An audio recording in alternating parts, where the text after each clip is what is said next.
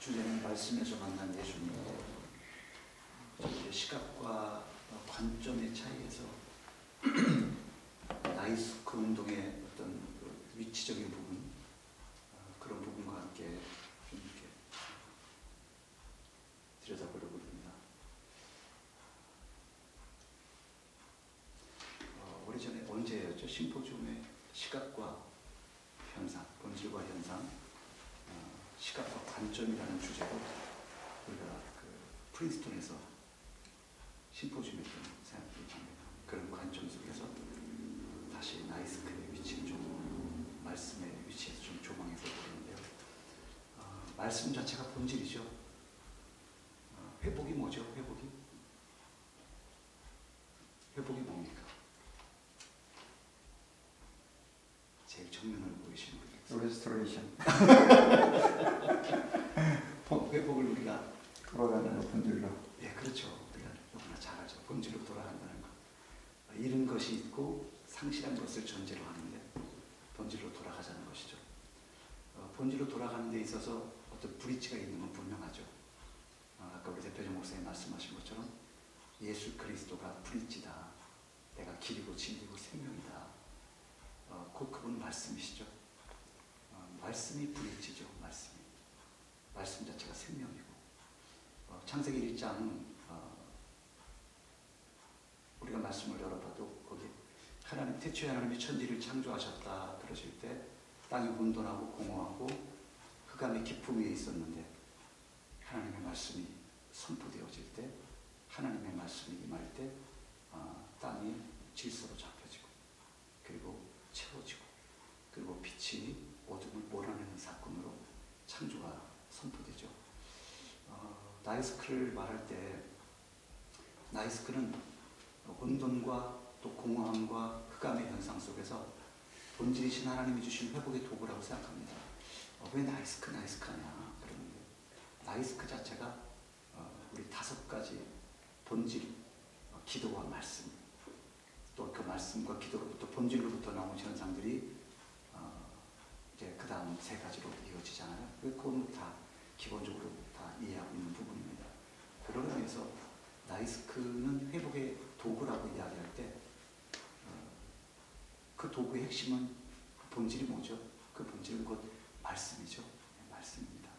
아까 우리 목사님 오래전에 어떤 침례교에서 한 50여 명 이렇게 모였을 때가 있었다고 아까 밖에서 그러셨어요. 근데 순간 그 생각이 들었어요. 이게 뭐 독보적이다, 이게 더 우월하다, 이런 의미를 생각하기보다는 지금 많이 지금 오늘 제가 나누고자 하는 부분에 좀 부합되는 것 같은데요. 시각과 어떤 관점 속에서 시각화되어져 가는 그 현상 속에 지금 빠져있다. 아까 휘종주 목사님 얘기하시는 거 이렇게 들어보니까 한국이 참 변질되었다. 그건 우리가 너무나 한국뿐이겠어요. 예배 설교 중에 드론이 막 떠가지고 목사님 막 촬영하고 앞뒤로 막 위에서 아래에서, 그런 얘기 저는 처음 들었거든요. 드론까지 띄워서 설교를 이렇게 띄운다는 거는 예, 전 처음 들었어요. 이야, 듣기만 했지만 그런 상황이구나. 그 좋다 나쁘다를 우리가 논하기 전에 거기까지 가서 그렇게까지 사람들 움직여야 되고 감동을 줘야 되고, 영상시대니까요. 영상시대니까 충분히 그럴 수 있다라는 논증들도 많은 분들이 이렇게 이야기를 하더군요. 예, 그런데 어쨌든 한편으로는 시각과 관점이라고 볼 때 관점을 하나님의 관점으로 우리가 이렇게 해석을 할지인데, 관점은 여러 가지로 우리가 볼 수 있겠죠. 어떤 관점이냐에 따라서, 어떤 신학이냐에 따라서 그게 나타나는 컬러와 또한 결과들이, 현상들이 나타나잖아요. 그런 의미로 볼 때 우리가 시각과 관점을 좀 이렇게 좀 다룰 필요가 있겠다 생각이 들었어요. 시각과 관점이라는 부분. 그래서 시대가 망할 때의 그 전조들을 보면 관점이 타락한 것이죠. 마음이 타락한 것이죠. 그 전조들은 결국은 시각화되어지는 것을 봅니다. 타락도 그렇고 교회가 지금 무너지는 그 현상들을 보면 교회들이 본질보다 시각화되는 속도가 더 빠른 것 같아요. AI 시대이기도 하고 몸살을 앓는 것 같아요. AI를 통해서 이걸 연구하지 않으면 너무 어리석은 것 같고 그것이 설교하는 시대가 되었다고. 저도 한번 이렇게 우리 기영애 목사님 얘기해 주셔서 지난번에 1년 전이죠. 정말 좋은 툴이더라고요. 이해할 수 없을 때 좀 논리적으로 정리해 줄 수 있는 부분들도 있고 어떤 짧게 강의할 때도 순간 내가 잘 생각이 안 날 때 그것 쪽에서도 쓰기도 하는데 그게 이제 더 나가니까 이제 곤란한 일이 벌어지겠죠.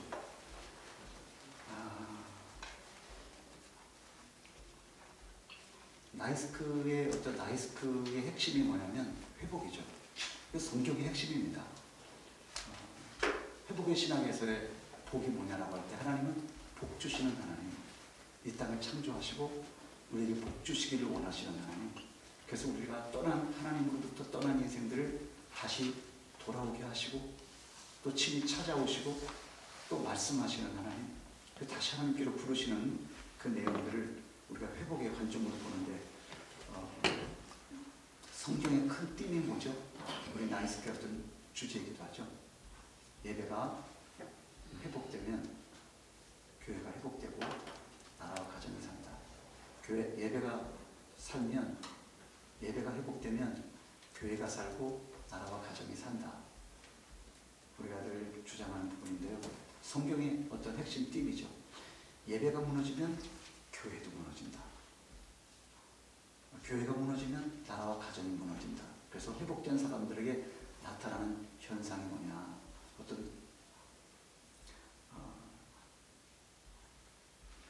그것이 바로 예배로 표현된다고 이야기를 합니다. 특별히 우리가 사무엘상 16장 우리가 6절을 한번 같이 열어보십시다. 사무엘상 16장 6절로 13절입니다.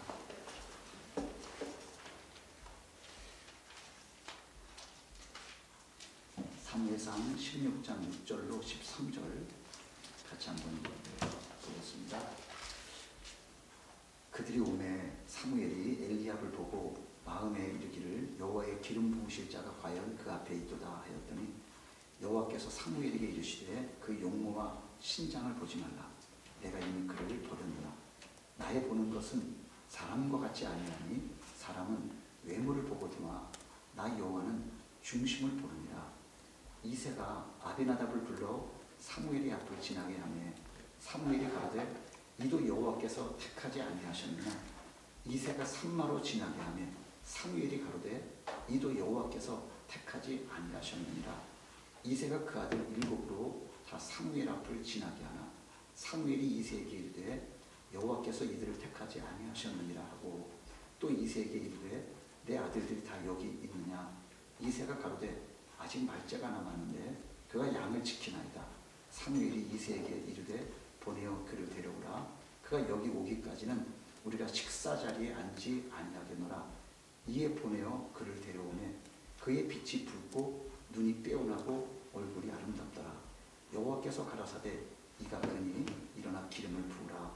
사무엘이 기름불을 취하여 그 형제 중에서 그에게 부었더니 이날 이후로 다윗이 여호와의 신에게 크게 감동되니라. 사무엘이 떠나서 라마로 가니라.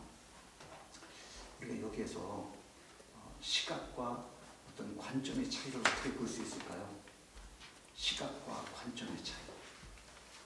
시각과 관점을 우리가 볼 수 있을까요?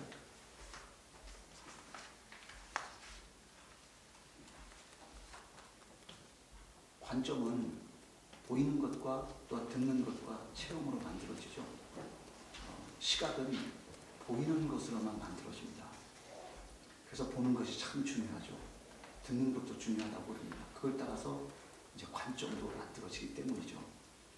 그런데 시각적으로 좋다고 해서 다 좋은 건 아니잖아요. 시각은 부분적이라는 거죠. 그러나 관점은 통합적이다. 시각은 보는 것으로만 준해서 표현하는 것이에요. 그 표현이. 그런 의미에서 회복이 뭐냐라고 할 때 관점이 뭐냐라고 하는 것과 같은 부분인데 본질로의 접근이다. 관점이 바뀌어져서 시각을 다스리는 것이죠. 시각이 관점을 다스릴 수는 없어요. 그게 이제 타락한 시대에 나타나는 현상입니다. 그게 열왕 시대에 또 선지자들이 외쳤던 그 메시지들의 방향도 그런 것 같아요. 회복은 시각이냐, 변화냐 했을 때 시각이 변화되어야 되는데 보는 시각이 변화되려면 관점이 변화되어야 되죠. 어떤 관점으로 볼 것이냐, 어떤 뷰포인트를 갖고 있느냐. 또 세상에서는 이들 얘기하죠. 세계관이라고 이야기를 합니다. 어떤 관점으로 해석하느냐. 그 관점에 따라서 해석도 다르고 또한 그 삶의 양태도 다르고 죄에 대한 의식도 다르고 또한 행동의 양식도 달라지죠. 그 사실은 결과도 다를 수밖에 없어요. 그런 의미에서 이 관점이 만들어지는 것은 굉장히 중요한데 과연 우리의 관점은 어떤 관점이냐라는 부분을 우리가 좀 생각해 볼 필요가 있어요. 회복은 단순한 시각을 요구하지 않죠. 회복이라고 하는 것은 관점을 바꾸는 것입니다. 관점이 달라졌다는 거예요. 그때 시각도 달라지죠. 하고 보는데 똑같이 보았던 것인데 달라지죠. 그래서 회복을 말할 때 시각은 참 중요한 부분이기도 합니다. 그래서 시각을 좀 이렇게 고도화시키면 위도 보고 아래도 보고 또 옆도 보고 정면도 보고 또 뒷면도 보고 드론을 띄워서 막 다 보는 것처럼 그렇게 볼 수 있을까요? 그래서 그만한 것들을 이렇게 봐야 시각이 정확하게 어떤 팩트를 볼 수 있을지인데 물론 그것도 부족할 수 있겠죠. 그 속까지 들여다봐야 되니까요. 그러나 시각을 관점으로 가지고 가면 그 속에 안에 있는 것을 볼 수 있게 된다는 것이죠. 그게 이제 하나님의 관점이다. 하나님은 중심을 보신다. 마음을 보신다. 그것이 이제 현상으로도 나타나죠. 그 마음이 보여지는 게 뭐예요? 마음이 어떻게 보여지죠? 마음이 현상적으로 삶 속에서 드러내고 있죠. 사랑이 그 속에 있어도 사랑이 또 드러납니다. 그래서 여기에서 관점이 잘못 만들어지면 그때 시각은 틀어지는 것이죠. 그때 그 시각이 끊임없이 열심으로 또 달려가 뭔가를 보지만 회복으로 본질로 가지는 않습니다. 그래서 관점으로 보기 싫으면 시각으로 아무리 보기 좋은 것도 좋아지지 않는다는 거예요. 우리가 이 시대의 특징을 보면 시각이 사상을 막 조절하는 것 같아요. 시각이 하나님의 관점도 막 바꾸려는 것 같아요. 여기서 관점은 하나님의 관점을 중심으로 보는 것입니다. 지금도 우리가 목회적으로 볼 때 시각에 빠져있는 부분이 참 많죠. 아까 AI 시대를 얘기했는데 목회적 관점에서 우리가 회복의 관점에서 보면 그게 회복일까? 또 회복되고 있는가? 라는 의문도 갖게 되는데 그 중에 하나가 너무나 많은 이야기들이 있지만 우리 아틀란타에 한 3만 명 모이는 그 교회, 미국 침례교회가 있어요.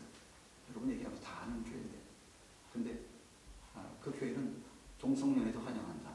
그건 침례교회예요. 근데 우리가 좀 다른 침례교회 같아요. 굉장히 많이 옵니다. 캠퍼스도 굉장히 많아졌습니다. 엄청나게 모여갑니다. 한국 사람도 모여듭니다. 근데 그 교회 예배는요, 이렇게 목사님이 다른 캠퍼스에서 설교하는데 마치 거기서 설교하는 것처럼 이게 막 홀로그램. 이게 벌써 몇 년 됐잖아요. 홀로그램으로 예배를 인도하는데 진짜 생동감 있게 거기에 한 10,000명이 앉아 있는데 그걸 보면서 웃고 그리고 인격을 대하는 것처럼 그렇게 예배를 드리더군요. 그리고 본문도 없어요. 본문이 있는데 본문과 전혀 상관없는 이야기를 하는데 사람들이 다 빠져버려요. 우리는 호모섹슈얼도 인정한다. 침례교회예요. 우리는 동성연애 인정하고 우리는 그들에게 사랑을 베풀기 원한다. 누구든지 올 수 있다. 누구든지 올 수 있죠. 근데 그게 본질이 아니잖아요. 그렇죠. 죄인을 용서할 수 있고 품는 교회가 분명하지만 어떤 방법적인 것이나 또는 어떤 그가 쓰고 있는 도구들을 볼 때 시각적인 것, 감각적인 것, 눈에 보이는 것, 어떻게 보면 좀 오감을 자극하는 것이죠. 스펄전 목사님도 오감을 자극해라고 설교자들에게 이야기했습니다. 오감을 자극해라. 그러나 그것은 본질이 없는 오감은 아니잖아요. 그렇죠? 근데 어떤 본질이 떠난 시각화되어진 그쪽으로 우리가 몰려가게 되어지는 그 시대를 보면 결국은 예배가 무너졌던 그 시대 속에 우리가 들여다 볼지라도 그때 인생들이 하나님을 우상화하고 그리고 거기에 우상에 자기의 어떤 소원과 자기의 어떤 두려움과 또한 자기의 필요를 실어서 보이지 않는 하나님을 하나님 되게 만들었던 것. 결국은 예배를 드리면서도 하나님이 받을 수 없는, 받지 않는 예배. 그것이 이제 말라기에서도 그렇게 하나님이 말씀하시죠.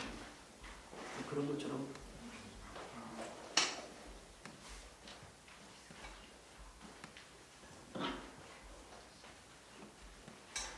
결국은 타락한 예배의 모습을 보면 우리의 관점이 시각화되어져 나타난다는 것입니다. 관점이 어우러졌죠. 하나님이 기뻐하는 예배, 그것을 분명히 하나님께서는 또 말씀하셨고 기준을 제시하셨어요. 하나님이 기뻐하는 예배가 어떤 예배인가?